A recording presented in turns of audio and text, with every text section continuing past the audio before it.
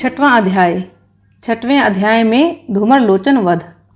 ऋषि बोले, देवी का यह कथन सुनकर दैत्य को बड़ा अमर्ष हुआ और उसने दैत्यराज के पास जाकर सब समाचार विस्तार पूर्वक कह सुनाया। दूत के उस विचार को सुनकर दैत्यराज कुपित हो उठा और वह सेनापति धूमरलोचन से बोला, धूमरलोचन, तुम शीघ्र अपनी सेना साथ लेकर जाओ और उस दुष्टा के केश पकड़कर घसीटते हुए उसे बलपूर्वक यहाँ ले आओ। यदि उसकी रक्षा करने के लिए कोई दूसरा खड़ा हो तो वह देवता, यक्ष अथवा गंधर्व ही क्यों न हो, उसे अवश्य मार डालना। ऋषि बोले, शुंभ के इस प्रकार आज्ञा देने पर वह धूमरलोचन दैत्य 60,000 असुरों की सेना साथ लेकर वहां से तुरंत चल दिया। वहां पहुंचकर उसने हिमालय पर रहने वाली देवी को देखा और ललकार कर कहा, अरे तू शुंभ निशुंभ के पास चल।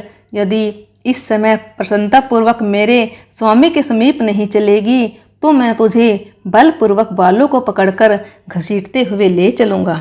देवी बोली, तुम्हें दैत्यों के राजा ने भेजा है, तुम स्वयं भी बलवान हो और तुम्हारे साथ विशाल सेना भी है।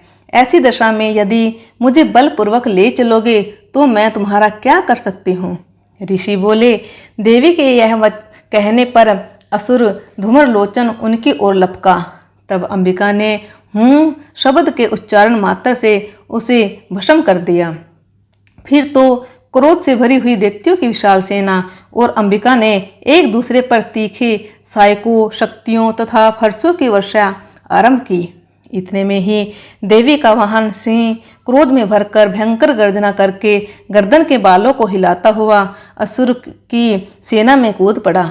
उसने कुछ दैत्यों को पंजों की मार से, कितनों को अपने जबड़े से और कितने ही महादैत्यों को पटक कर दाढ़ों से घायल करके मार डाला। उस सिंह ने अपने नखों से कितनों के पेट फाड़ डाले और थप्पड़ मारकर कितनों के सिर धड़ से अलग कर दिए। देवी के वाहन उस महाबली सिंह ने अत्यंत क्रोध से भरे हुए क्षण भर में ही असुरों की सारी सेना का संहार कर डाला।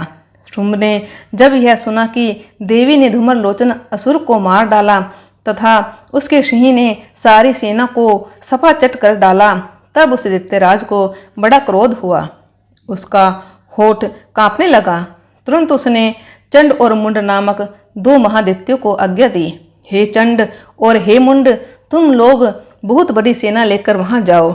उस देवी को बालों से पकड़कर अथवा उसे बांधकर शीघ्र यहाँ ले आओ। यदि इस प्रकार उसे लाने में संदेह हो तो युद्ध में सब प्रकार के अस्त्रों शस्त्रों तथा समस्त आसुरी सेना का प्रयोग करके उसकी हत्या कर डालना।